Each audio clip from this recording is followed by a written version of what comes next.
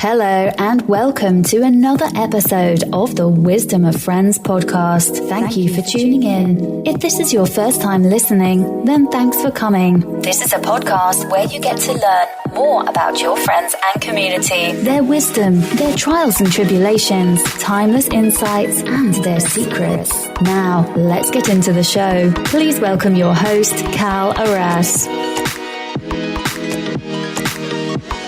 Hello, folks. Welcome to another episode of Wisdom of Friends. I'm your host, Cal Arras, and I'm today really excited to be introducing you to a good friend of mine. His name is Chad Barr. Chad is the founder and president of the Chad Barr Group. He's also an internet marketing strategist with over 30 years of experience transforming businesses through technology innovation. Born and raised in Israel, Chad arrived in the United States at age 22, determined to capture the American dream. He founded his own technology company in 1987 and quickly became a globally sought-after software developer, mentor, and strategist. The Chad Barr Group works with clients on multiple continents, including the UK, Italy, Germany, Ireland, Australia, New Zealand, Canada, South Africa, Israel, and across the United States. Chad helps his clients leverage the web to dramatically transform their businesses and establish a powerful web presence.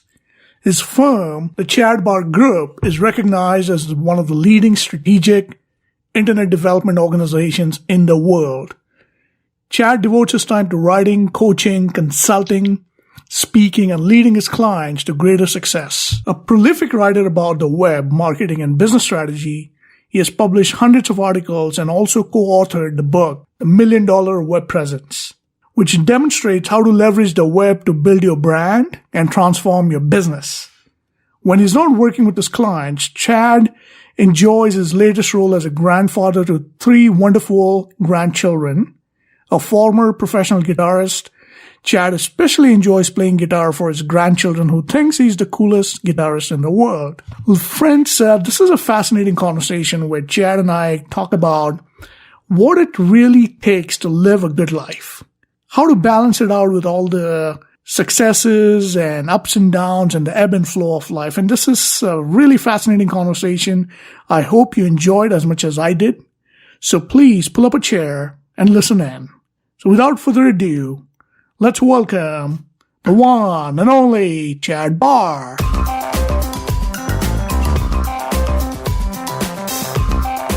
So good morning, Chad. Welcome to another episode of Wisdom of Friends. I'm really excited that you took some time to be on this show.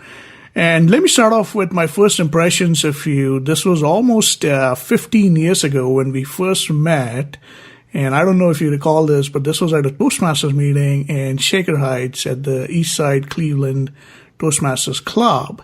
And you had given a speech. That's when I first met you at this meeting. And I remembered distinctly about this incredible journey that you had all the way from Israel to United States and how you had started a business of entrepreneurship. And then since then, I've been following your progress and success, and it's just that now you've become one of the globe's leading internet marketing strategists, and I knew that having you on the show and all your incredible contribution to society and your insights would definitely benefit our audience. So again, thank you for taking the time, and welcome to the show.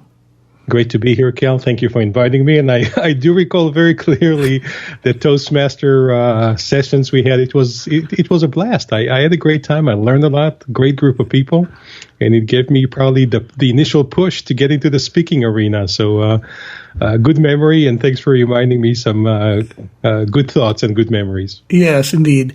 So, Chad, one of the ways we kick off our show is with a very simple question for our guest, and that is, what is your favorite quote or philosophy that you live by, and how have you applied it to your life? I have several. I love quotes, especially the ones that inspire me to become a better person or to impact the world. One of the quotes, and I'm not sure who to attribute it to. I probably could search it on the internet. But one of the my favorite is, the impossible only takes a few minutes longer. And then that's not only a quote that I live by, but I always encourage and entice my clients and especially my team to think about when I hear things like, oh, I can't do that. That quote always crossed my mind. The impossible only takes a few minutes longer. Think about even the U.S. making it to the mission to the moon, and so many other things that over centuries we are able to accomplish it as human beings. Same apply to me. I love the challenges, and I love that quote. The second one is probably my own quote, serving in Israeli military. And at one point during the Israeli military, I was in a battle where guns were going off and things like that. And what I've come to realize today in the business world, as challenging as business or life may become, no one is shooting at me. So that saying, that quote that I always rehearse in my head, what's the worst that can happen? No one is shooting at me. Have fun, try different things. Try big, daring goals and try different things in your life. The rewards oftentimes are just remarkable. I love that. That is so great. And I think just to summarize what you just said is like, the impossible takes just a little bit longer, and it's about going the extra mile. And, they say the path on the extra mile is lonely. And if you can jump on that path, you can truly set yourself apart. And the second thing is, this is so great about taking risks, and it's about what's the worst that can happen, and having that mindset allows us to accomplish things that oftentimes we may have thought it was outside our comfort zone. So this is so great. So Chad, I'm looking at your background, and you have a phenomenal success with your business. I know that your company, the Chad Barr Group, works with clients on multiple continents, including the UK, Italy, Germany, Ireland, Australia, and all across the United States, including some of the European countries as well. And you help your clients leverage the web to dramatically transform their businesses and establish a powerful web presence. And we're going to get into all of that a little bit further down here. But what I'm curious about is, how did this journey begin for you? Did you always know that internet and technology was your forte, or this is something that you discovered through trial and error? So walk us through that path, please. So as I mentioned earlier, I was born and raised in Israel, and I was 22 or 21 years of age right after the military service when I first had the opportunity to arrive to the U.S. Although I became music was my passion at that time, still is. And I became an entrepreneur at the age of 12 or 13, playing music at different gigs. Later, I had a band in Israel, which was very successful. So I really loved the life of an entrepreneur. When I arrived to the U.S., and I started to attend school, I decided to become a music major. And perhaps 2 or 3 years into my study, I decided to take a computer course. And I think it was COBOL programming, which was my first computer course. And I'll tell you, I fell in love with programming, with the whole language of programming and how to do so. And the same wave, whether it was waves in my brains or brain waves, whatever I'm thinking of here, the same enjoyment that I remember from composing music, entertaining, playing music, similar enjoyment I got from creating a new piece of code, writing software. And at that time, I said to my wife, perhaps I should try a different venue here. And that moved me at that time into the world of computer science. So I shifted my study from being a music major to becoming to learn how to program. And then shortly thereafter, my first job out of school was both at a software development firm, writing software solutions for different organizations. At the same time, also teaching software. So the college I was studying asked me to teach for them as well. So it was kind of an interesting journey that here I am arriving from Israel, thinking of becoming a music major and completely shifting my focus into the internet. And then fast forward just a few years later, I decided to create my own software company. And for many years, that was the focus of what I've done. And then I hired some people to help me in the development of software solutions for different organizations. And then with the success and popularity of the internet, humorously, I say that it was Al Gore and myself who invented it. But with the success of the internet, my own clients would come to me and say, can you help me get to the internet? And it was at its infancy when it was just starting. And I realized there's tremendous opportunity. And I started to develop the skill sets, both for myself and for my team, to learn how to move into the internet, how to develop websites, how to develop e-commerce solution, how to then leverage the web to increase our global reach, to increase our success. And I absolutely fell in love with that part of my business.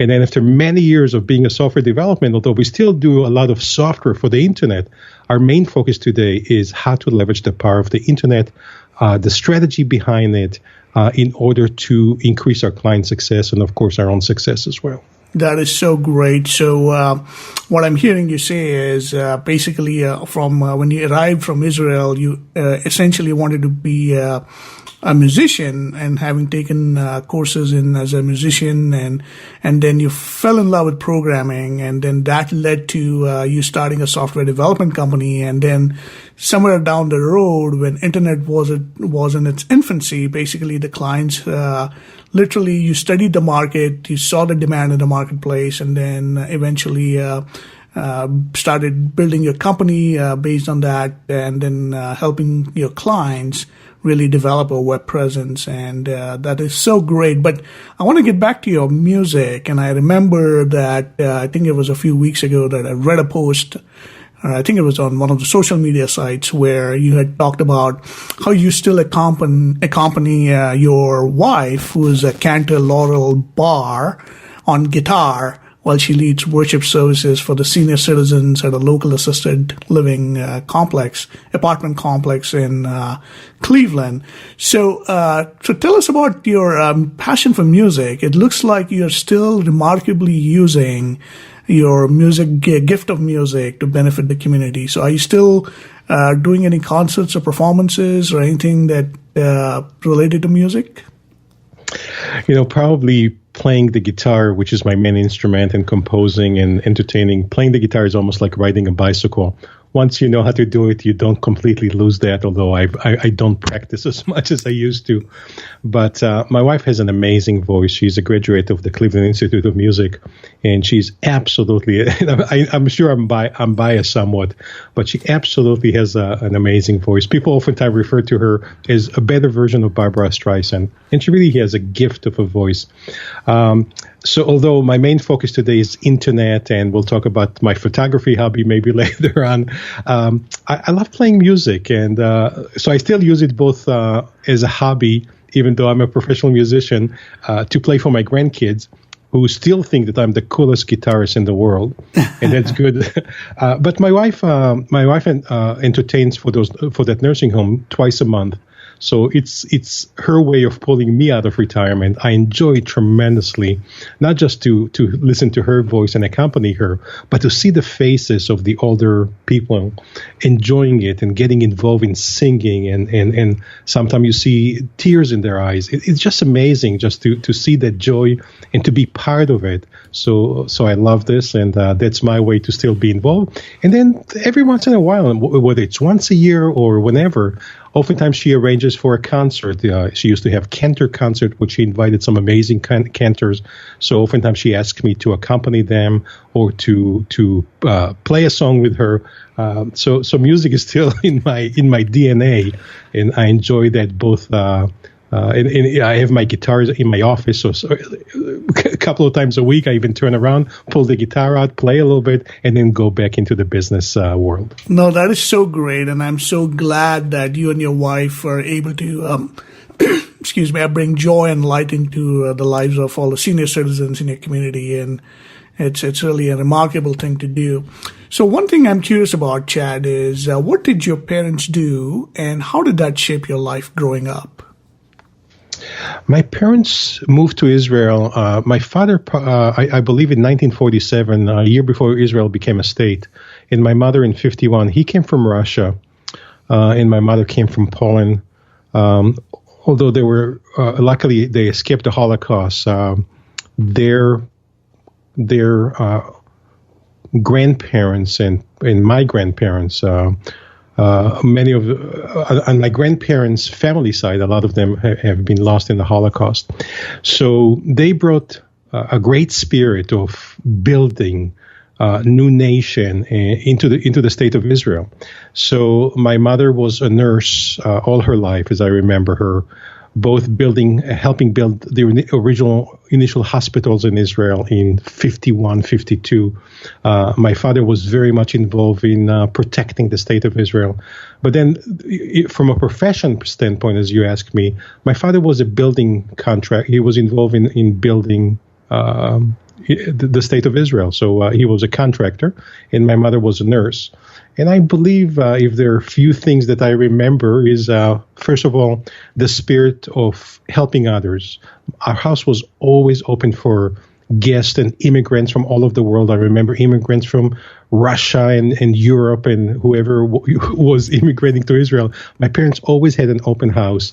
So the spirit of giving back, helping others, the spirit of entrepreneurship, they always instilled it in me.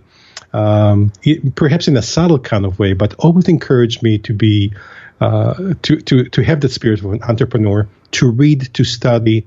Those are some of the things that I remember. And as I said earlier, to really give back to the community around us, to the world, and to try to impact and make this place a better place. That is really inspiring, and I can totally see that how you have applied it, and that you've lived this life with those kind of personal values. Just an example, as we were referring earlier, as to how you and your wife make a difference for the community with your music and worship, and that's such a remarkable thing to do. So that's really awesome. Thank you. Yeah, and one of the things that Chad, when I've interviewed so many people on this podcast, and a common trend has emerged, which is, oftentimes most of these successful people have encountered incredible setbacks or failures, as some would call it, but they have a different way of looking at it. They somehow don't look at it as a failure, but use that as a stepping stone to a greater challenge or a higher success, if you will. And so my question to you is, what were one or two biggest challenges that you faced in your life? And how did you overcome it, and what lessons have you learned from them that helped you navigate your life going forward? That's a great question. So first of all, I would acknowledge and agree with you. I don't see setbacks as setbacks.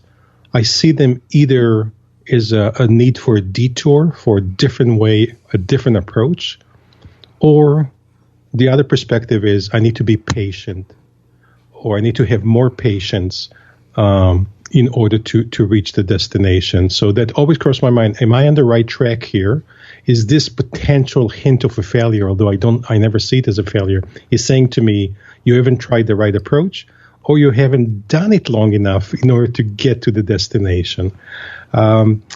So if I were to reflect on some of the key challenges, perhaps one of them was arriving to the U.S.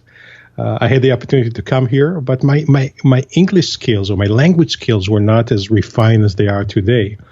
And then attending school with a whole different language and starting to study both music and later on computer science and internet was just very challenging. But I love the overall the challenge I was facing, and I always look for those challenges. Otherwise, I get very bored. So even though it perhaps was a challenge, it was an enticing, exciting challenge that I had to conquer, and I love conquering this challenge and then moving to the next thing. Because otherwise, as I said a couple of minutes ago, I get very bored. And then the last thing I would say, perhaps not the word challenge, but overcoming pain or adversity. Losing my mom about 15 years ago was a huge challenge for me. I was very close with her, and losing her was rough, was very rough. So, but again, that taught me different lessons in life. And although the first year after I lost her was very painful to even bring her name up in conversation, a year later I started to bring up her name with a smile, with remembering the great memories, the great lessons that she taught me. So there was a lesson there that while she was alive, perhaps I was not reflecting on all the wisdom because I took it for granted. But once she was gone, I cherish those moments. And people sometimes often, who in the world would you love to interview? And I'll tell you, today I would pay anything to interview my mom again. That is so beautiful, and I'm really sorry for your loss there. And no, I think what you're stating here is just so beautiful, because it leaves us with a lesson that, we got to appreciate people that we have in our lives and not take them for granted. And really, and that's one of the things that I'm doing personally here, that I'm going to India to visit my mom. It's going to be a quick visit for a week. And one of the things I plan on doing is to interview my mom. That's been on my agenda for some time now. And that's a beautiful reminder. Do this as soon as possible, Cal, and that's fabulous. And I remember when my parents had the opportunity to visit us here in the U.S., and I actually brought a videographer who did not speak one word of Hebrew. And I said, all I am asking you to do is turn 2 cameras on and let me do the interviews. And I spoke to my parents for hours, probably 2-3 hours, while the video cameras were rolling, asking them to tell the stories of their lives. And I have it on videotape, which I watch, and my kids watch it, and soon my grandkids will watch it. So great for you for doing it. Do it sooner than later. Maybe even turn a video camera on. You and your family will cherish it for many, many years. I like that. Thank you for that tip, and I'll definitely include that as part of my plans. Awesome. The next question I have for you, Chad, is whom did you idolize growing up? Or in other words, who are your mentors, and what fascinated you about them? I'm not a huge fan of the word mentors, I have to admit, and be honest. I have people I admire. I have people I respect growing up and now. But I'm not a huge fan, as I said, of the word mentor. Some of my clients oftentimes call me and say, would you mentor me? And I said, I much prefer to become your trusted advisor.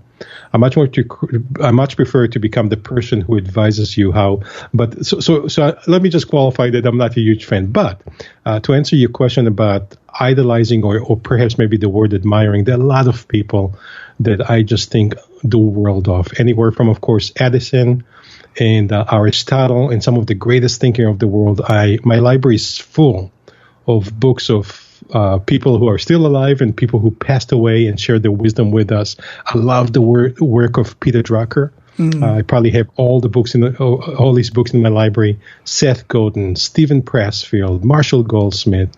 So many that come to mind, but there's no one. But also, growing up in Israel, in 1967, when we faced the 6-Day War, the person who had the military at that time was Yitzhak Rabin, who later on, as a prime minister of Israel, unfortunately was assassinated. I had tremendous admiration, and I always remember thinking, here's the guy who was put with the responsibility to defend the country from all the Arab nation at the time. And not only the pressure, he was a young guy, but so brilliant. So I remember studying him and reading his work. But perhaps the closest to admiring that comes to mind right away is definitely Yitzhak Rabin, both for what he stood for at that time and then devoting his life to peace, to try to strike peace with Yasser Arafat. And I remember him shaking the hand of Yasser Arafat and trying to really bring peace to the Middle East.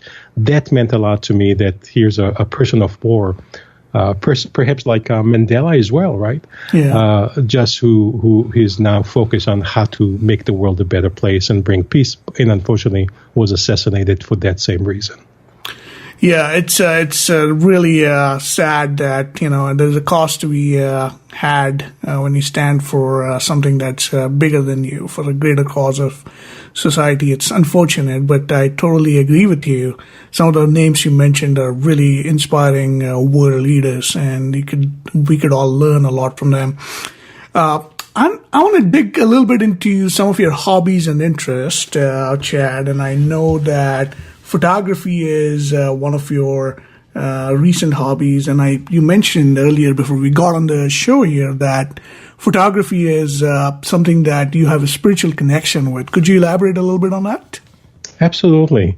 So, before I dive into photography, today my passion, if there's a way for me to identify it. I have different passions other than, of course, my grandkids and my family. But I'm very passionate about helping my clients achieve greater success, whatever success means to them. And it's very subjective. So you mentioned earlier this whole aspect of the web presence. And by the way, my definition of web presence oftentimes go into the strategy of the web, the remarkable content that they create around it, and then how do they market it? How do they create the wow factor that when people show up to their website or the web presence, I want them to go, wow, this is a place of a world-class act. And now I need to spend a couple of minutes longer and hopefully contact that person. So that wow factor probably was in me for many, many years on how to create this wow. And I always had the love for photography. And then I started to study it much more in the past year or so. Invested also in the right equipment, follow some of the top photographers in the world, got some books to study that. And not only did I find my skill improve tremendously, and I love the results and the feedback I get from people. Wow, you've got to put those things on the web so we can purchase those photos. I love doing it. And what I discover, which you just mentioned, it has become my spiritual connection. It has become my way to look at things as small as a tiny butterfly or tiny bee, all the way to a tree, to a flower, to a landscape, to the sea, to animals, to people. I love looking at that. And through the lens, it gives me a sense of amazing admiration, where before I almost took it for granted. Here I am right now talking to you and looking outside, and I see the remarkable trees outside my windows and the birds. Before I took it for granted, now through the lens of my camera, it's a way for me to capture life, to capture the amazing creation around us. And that absolutely has become completely my spiritual connection to the world. That is beautiful. And what I'm hearing is, you're connecting the humanity with the creation of God's creation there, basically with nature and the animals and the birds and the flowers and the trees. And it's such a beautiful, remarkable way of looking at life and looking at this beautiful nature that we're living into.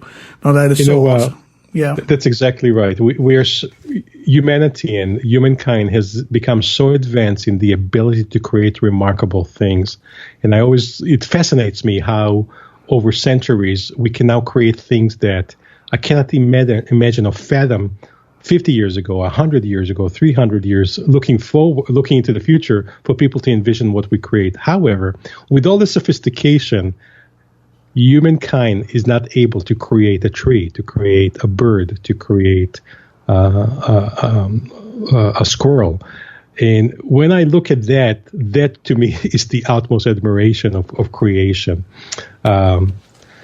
So as I said, and as you just summarized, whether it's the divine power, God, spirituality, nature, photography gives me a chance to look at it for a brief moment and to say, wow, this is absolutely remarkable and amazing. And a way for me to share it with the world, of course. No, that is so great. Now, the other question that I'm curious about, Chad, is having traveled to different countries now and, this journey as an immigrant from Israel to the U.S. and having started a business now and successful business, have become a world-class public speaker and consultant and a trusted advisor to so many clients across the globe. What I'm curious about now is, what's your definition of success and how would you define greatness at this point in life? That's a great question. To me, success is, number one, having the freedom to do as I choose, when I choose, with whom I choose. So, for example, freedom could be that today at 2:00, I need to take a break, and I'll take out my camera and decide to go somewhere and create a short adventure. Missing my grandkids who live in Orlando, to me, success means I can book a ticket to either fly them here or for me to get on a plane and go and see them. To me, success means that at any given point, I can have amazing experiences and quality of life with my wife, go to see a movie. To me, success means that I've been fortunate to work with some of the smartest clients in the world to help them shape their future, to help them shape their legacy, to help them create the right web presence, the right content. All of this is very subjective. And as I said earlier, I believe success is subjective from a person. But to me, success starts with the simplicity of holding the hands of my wife at a service or a movie, or walking down Chagrin Falls and being able to get ice cream or just enjoy life or have conversation like this. So both peace, admiration of the creation, and the ability to impact the world, the ability for me to make a dent on the world. I've come to this recent realization. I'll just share with you very quickly. This realization came to me this past year. The realization was, what if some of the top thinkers in the world, and I mentioned some of them, whether it's Aristotle or Edison or Einstein, perhaps some of the recent ones, Steve Jobs, Bill Gates. What if some of those amazing thinkers over the centuries since our creation have not shared their wisdom with the world? How would our world today potentially would have been different if those amazing thinkers did not share their wisdom with the world? My interpretation, we probably would still be living in a version of the Dark Ages, right? Yeah. With that in mind, I believe that there is some genius, brilliant mind inside all of us. And we have a responsibility not only for ourselves and our family, we have a responsibility for our clients. We have actually a responsibility for humanity to share this wisdom, to share our knowledge with the world in order to make it a better place. Because otherwise, many of us are going to end up going to our graves with all this wisdom, all the knowledge still stored inside our head. One of the things that I love doing so much is creating the process, creating the way for our clients to pull the content out of their heads in order to improve what it is that they do and in order to impact the world. And I believe that actually what you're doing right now, interviewing someone like me and others out there, is a way to capture that wisdom, that knowledge of others, so you can share it with the world and make the world a better place. That all that I just described is success to me. The ability to share, to impact the world, but also enjoy those little moments, whether it's looking at the face of my grandkids or taking my camera and shooting a young kid or a butterfly. That is the ultimate success. It's so beautiful. So just to recap, I mean, the through line, what I'm hearing from your sharing here is, one, the simplicity is what's remarkable about success, and having the ability to have options and the freedom to, have your grandkids fly down to visit you, or you fly down there to be with them, or just holding your wife's hand and walking, taking the simple pleasures of life. As you mentioned, Chagrin Falls, one of my favorite places in Cleveland, Ohio. And also the ability to capture and share our wisdom and the genius in each one of us, so that it leaves a blueprint for others to follow and society. I totally love that. That's beautifully stated. Thank you. Yeah, and then moving on to our next section, and this is...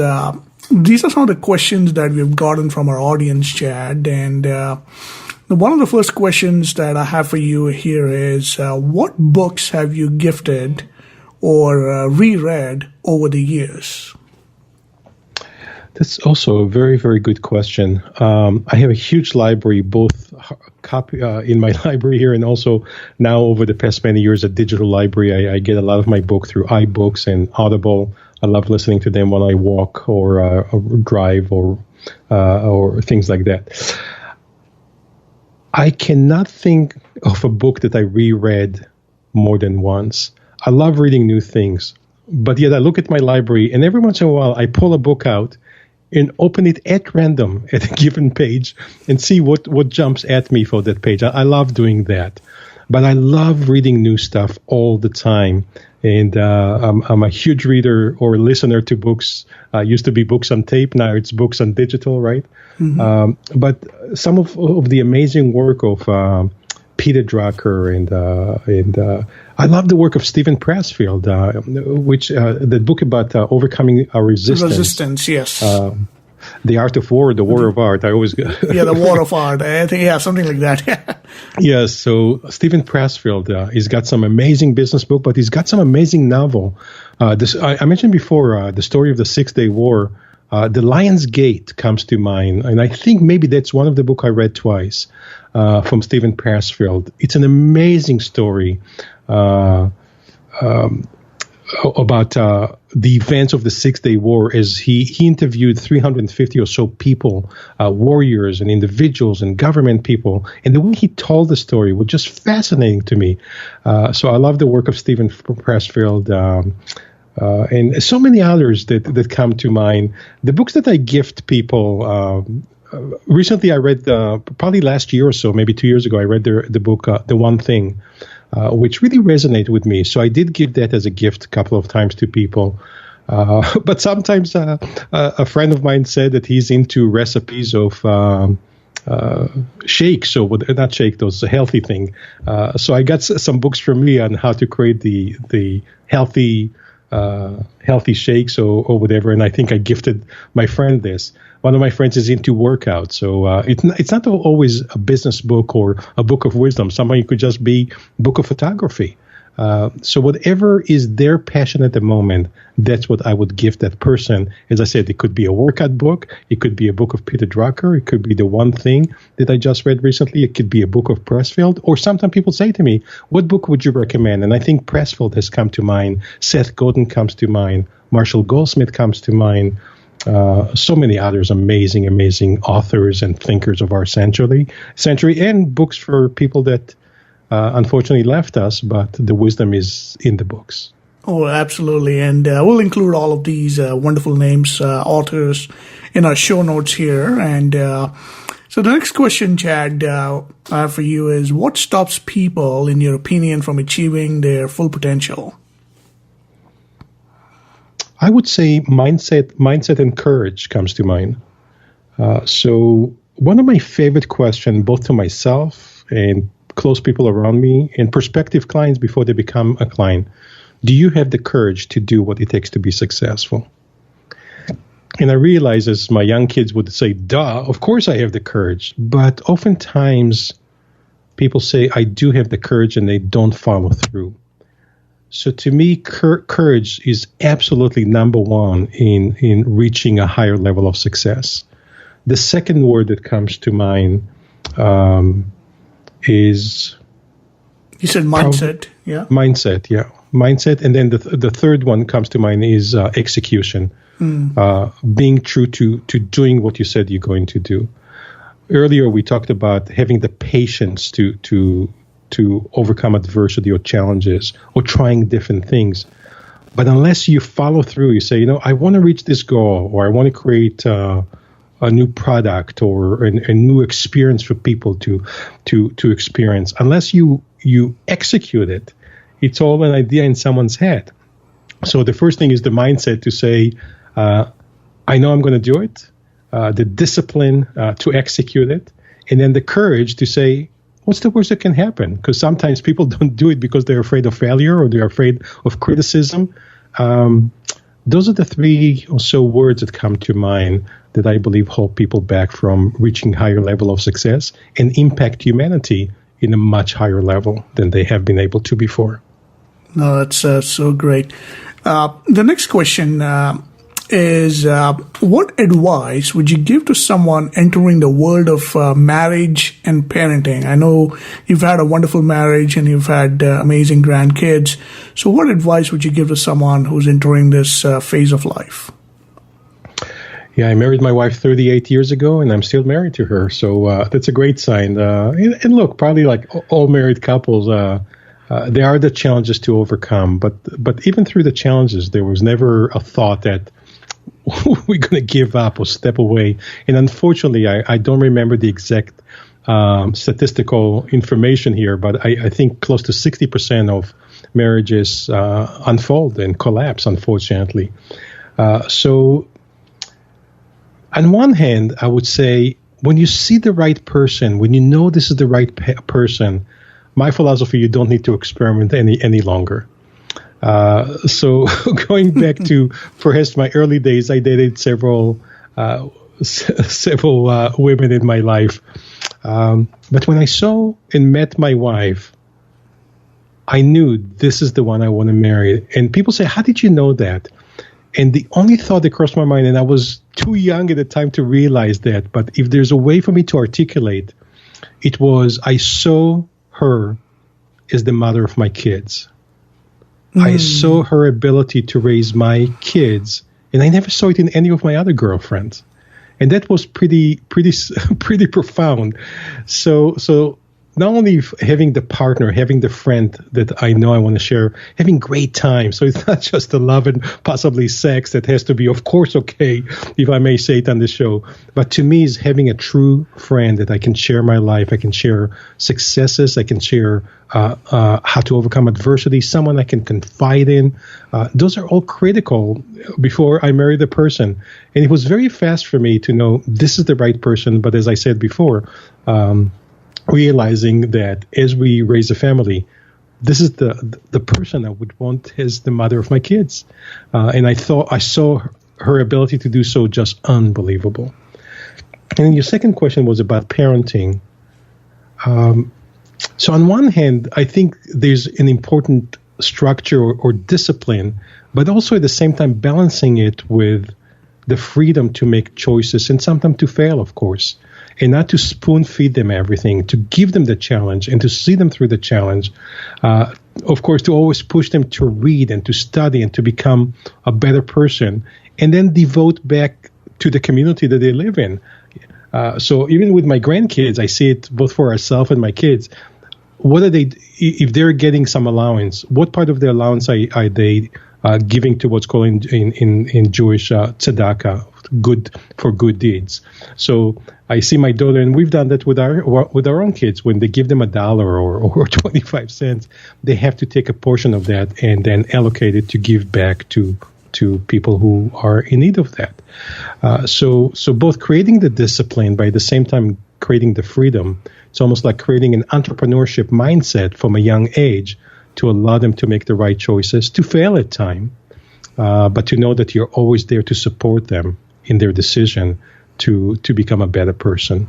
No, I like that. That is so great. And so what I'm hearing you say is, one, in terms of choosing a partner, it's like when you know that, that person could be the mother of your children, that's, you got to stop experimentation at that point and really move on with that. And then secondly, as far as parenting is concerned, it's really about giving them the freedom and the ability to have that entrepreneur mindset so that they can make mistakes and learn from it, but also focus on developing themselves with education and knowledge and wisdom, and also giving back to whatever allowances that they earn during the course of their growing up years. No, that's amazing. Exactly. That's great value there. Now, these are some of the business questions that we've gotten from our audience here, Chad. And one of them is we live in a society today with an attention span deficit, right? It's kind of like people have the attention span of 30 seconds or less. So the question is, how can the web content be optimized? Any tips on that? I know you talked about the wow factor initially. What would you say are your 3 best tips that you can give to someone who is running a small business or is on an entrepreneur journey or creating a website? What would be your top 3 strategies that they can take away? So just to make sure that I focus on your question, the 3 tips in order to best optimize the web presence to attract the right people and to create more success for themselves? Yes. Is that the question? Yeah. It goes back to what I mentioned before, and I wrote many articles on this and books on this. It goes back to my definition of web presence. First of all, you have to identify the strategy of your business and the strategy of your internet. So the first word is strategy. The second word is what I call remarkable content. And the third word is marketing and the wow factor. When it comes to strategy, first of all, who is the buyer? Who is the audience you're trying to attract? Many people have no clue. I want to sell to anyone out there. Well, who are they? Where are they located? What do they read? Your audience that you're trying to attract, what are their preferences? Are there certain events that they attend? Do they listen to certain shows? Knowing those preferences are critical in order to set up the right strategy. The second part is, what are the remarkable offerings that you bring to the table that would make you absolutely irresistible?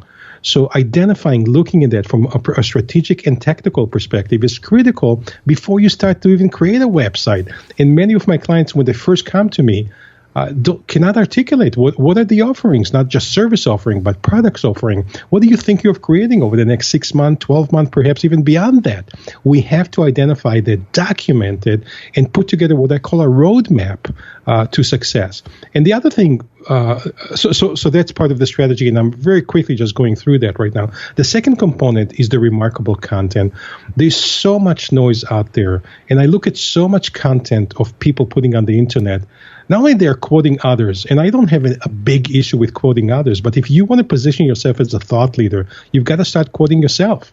You've got to start coming up with unique, provocative saying that people say, wow, this is a great statement from Cal. I need to repurpose it or share it with others, right? So what is the remarkable content, whether it's tweets, articles, books, podcasts, videos, online courses, products that you're creating that make you position you as unique, and people say, wow, this is amazing. I need more of that.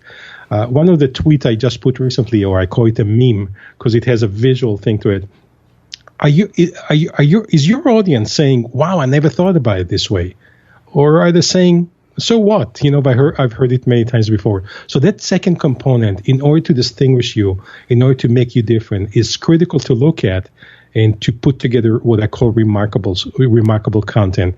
But you have to learn how to tell the story. So just putting that content out there is one thing. What is the story that you bring to the table that engages people emotionally, not just intellectually, but they say, I too, or I am suffering as well, and Cal has come up with a way for me to overcome that. So how do you tell the story is really critical when you put this content out there. And the third component to create web success is the marketing. How do you market yourself? What marketing initiatives are you putting out there in order to attract these people to you?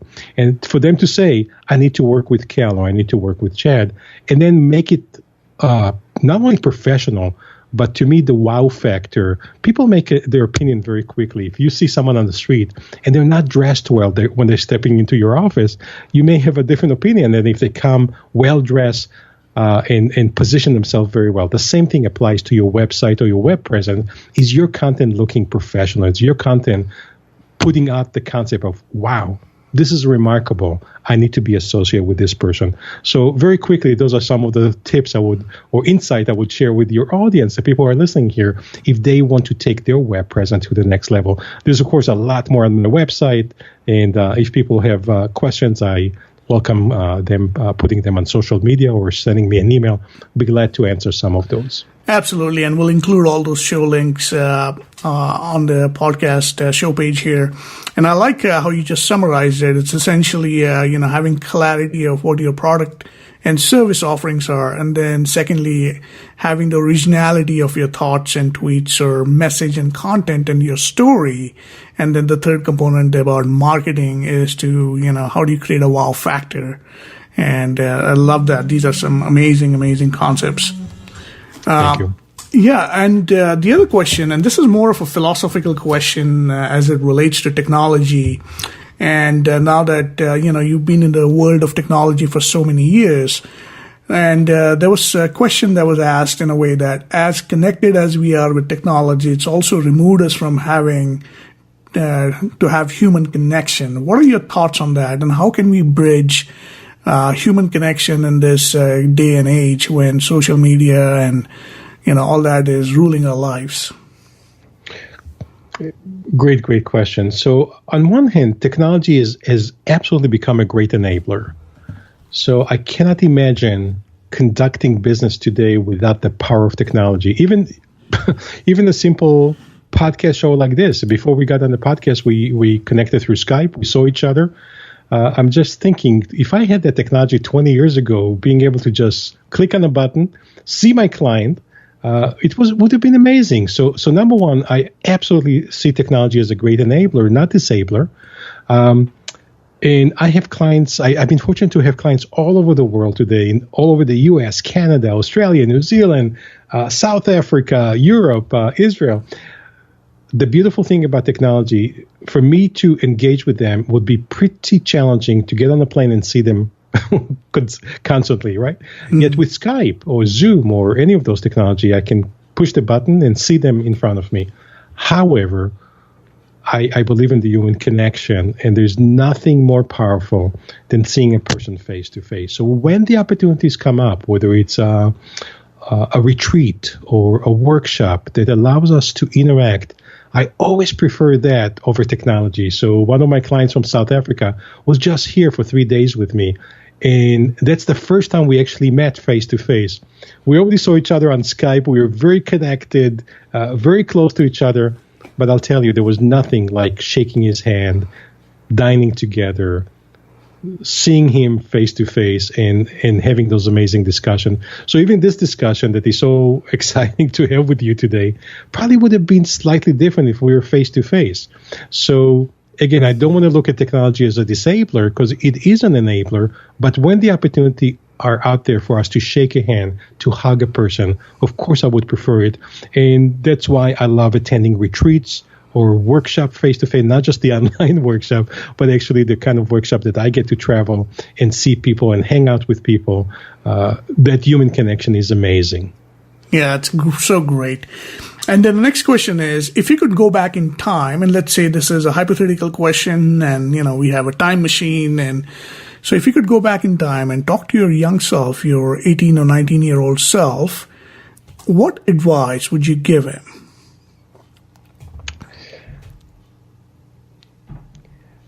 Probably 3 things come to mind. It's going to be great, is my first advice. Stop worrying so much and just enjoy the moment. Focus on your passion. Pursue your passion.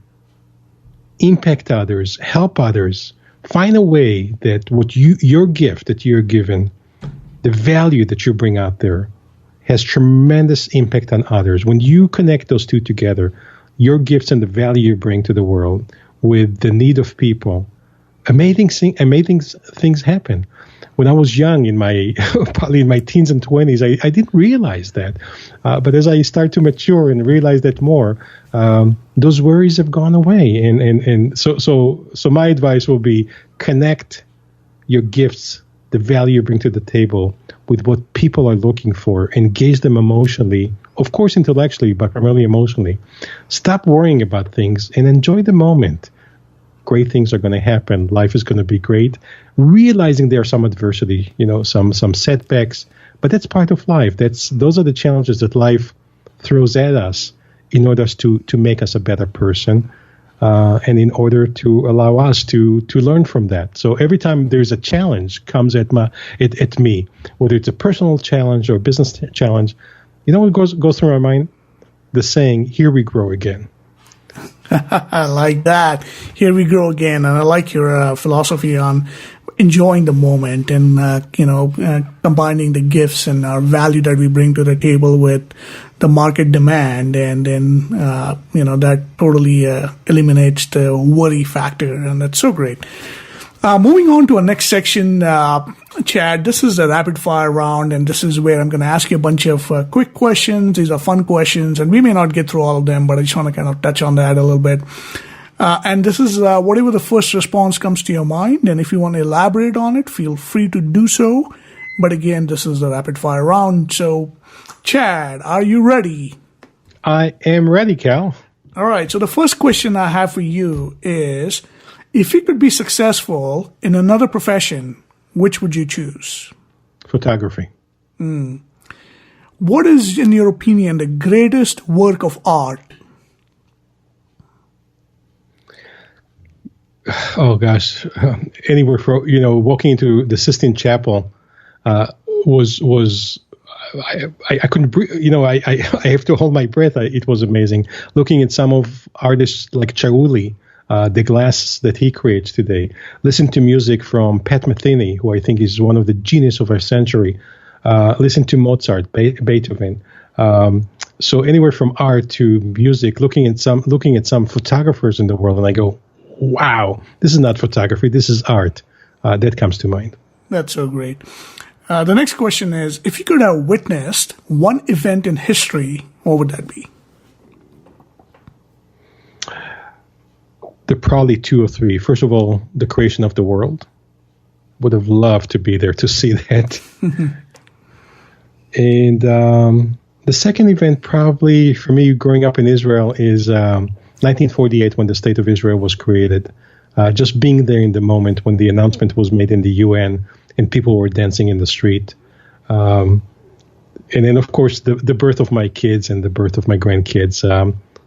I would never get tired. On the contrary, I would love to relive it over and over and over. It was a very, very special moment in my life. Okay.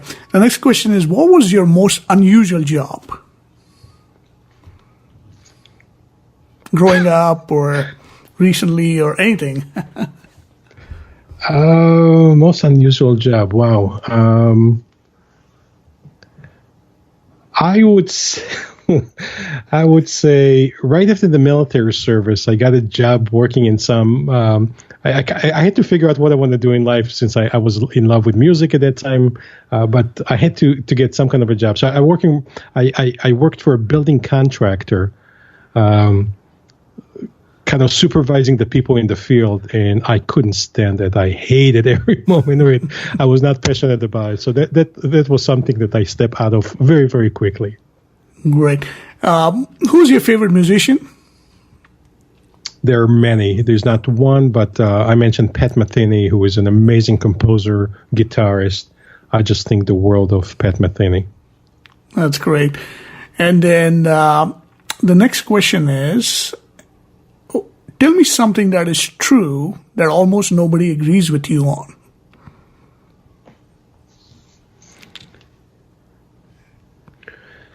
I'm not sure if they're not agreeing with me because I have a way to persuade and convince them.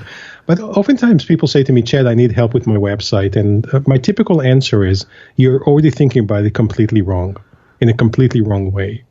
May I elaborate on that further? And then the answer is, of course. What do you mean by that, Chad?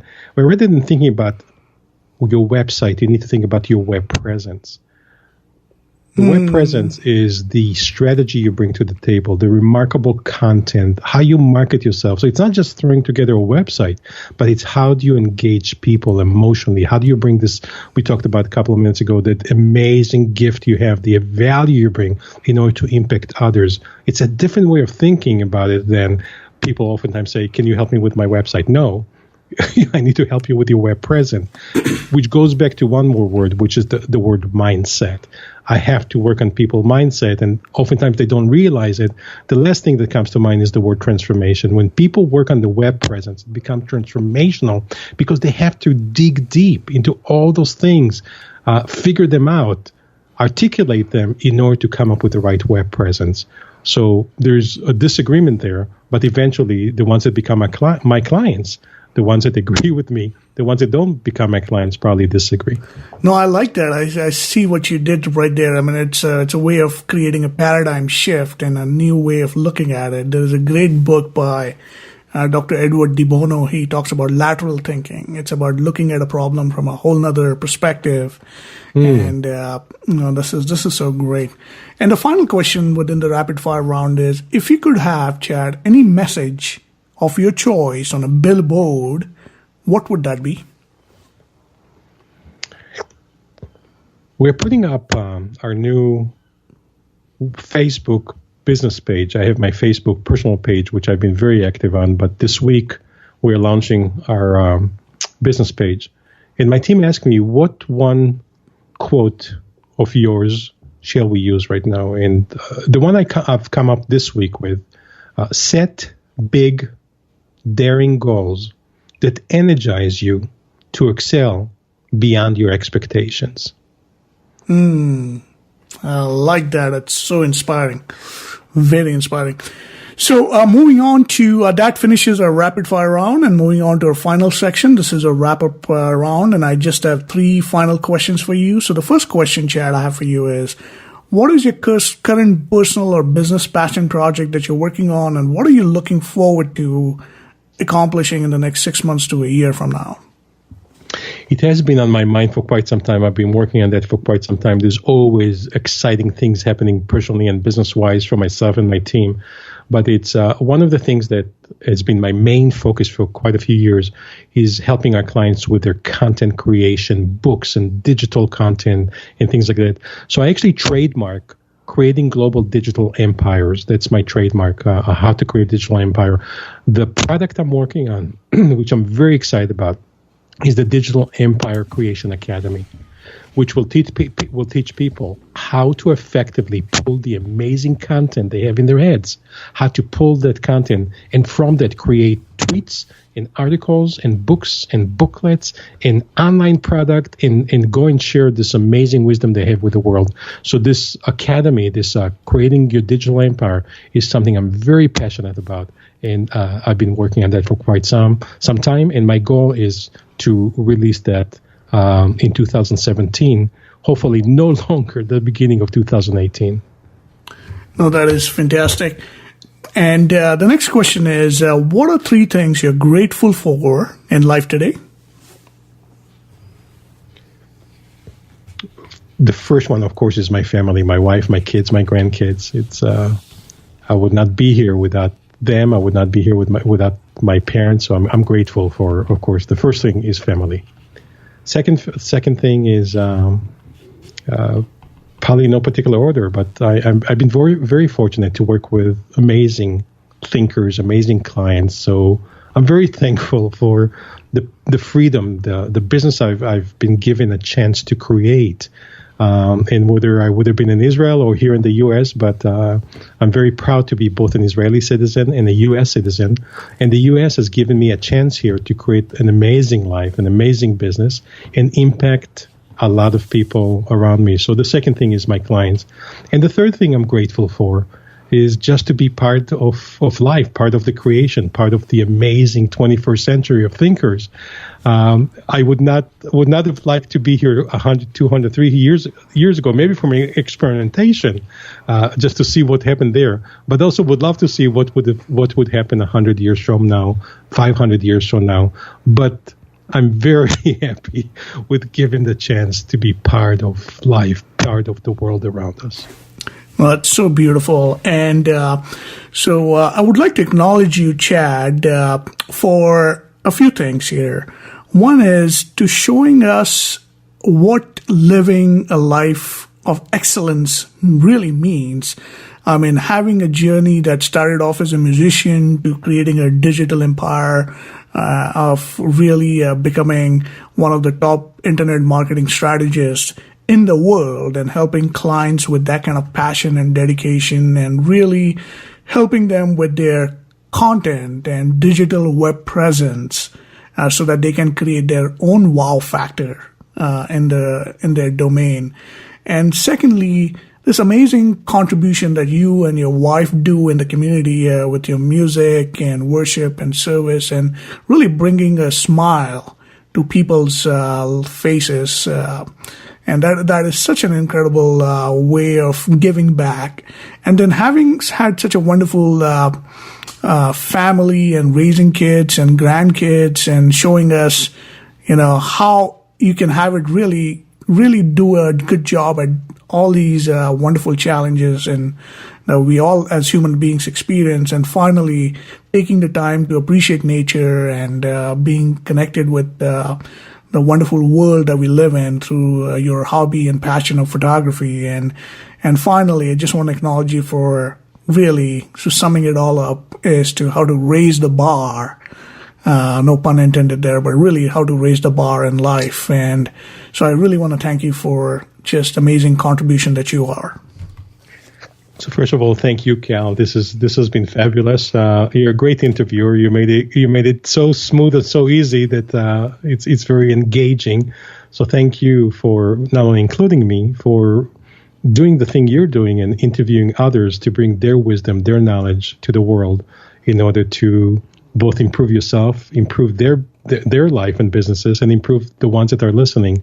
And so all those acknowledgments, thank you as well. And of course, I'd be remiss not to mention, among everything else, that I'm also extremely grateful for my team.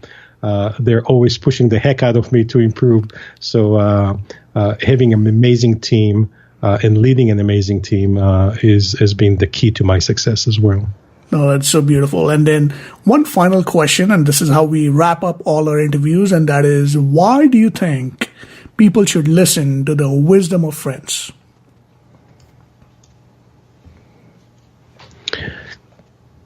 I've learned years ago when I attend certain events or retreats or learning experiences, if I can walk away with one piece of wisdom, one nugget that I've not thought about it before, if I can say, as I said earlier today, wow, I never thought about it this way, I'm a better person. I'm a better business person. I'm a better entrepreneur. So my way of judging an event that I attend, did I walk away with at least one nugget, one wisdom, one insight that I can take back to life, to business, to help myself and help others? Many of the events I attend, I walk away with many such insights, not just one. I believe people listening to your show, at least the way you're phrasing those questions and the other people you had on the show and what you share with me, the future people you will have on the show, there's no doubt in my mind that the listener is going to walk away with at least one amazing, profound nugget, one wisdom that will help them improve their lives, the life of people around them, and the life of the people they're trying to impact. I appreciate that feedback, Chad, and I really, truly thank you again so much for your time and candid and authentic answers. And I valued our conversation today. And for those of us listening, with that, we'll wrap it up. And if you like what you heard, please share. Don't be shy. Thanks for listening to the Wisdom of Friends show with Cal Arras. If you like what you just heard, we hope you'll pass along our web address, theglobalcontribution.com. To your friends and colleagues, be sure to check out our archive section on our website for previous episodes. This has been a Seven Symphonies production. Join us next time for another edition of the Wisdom of Friends.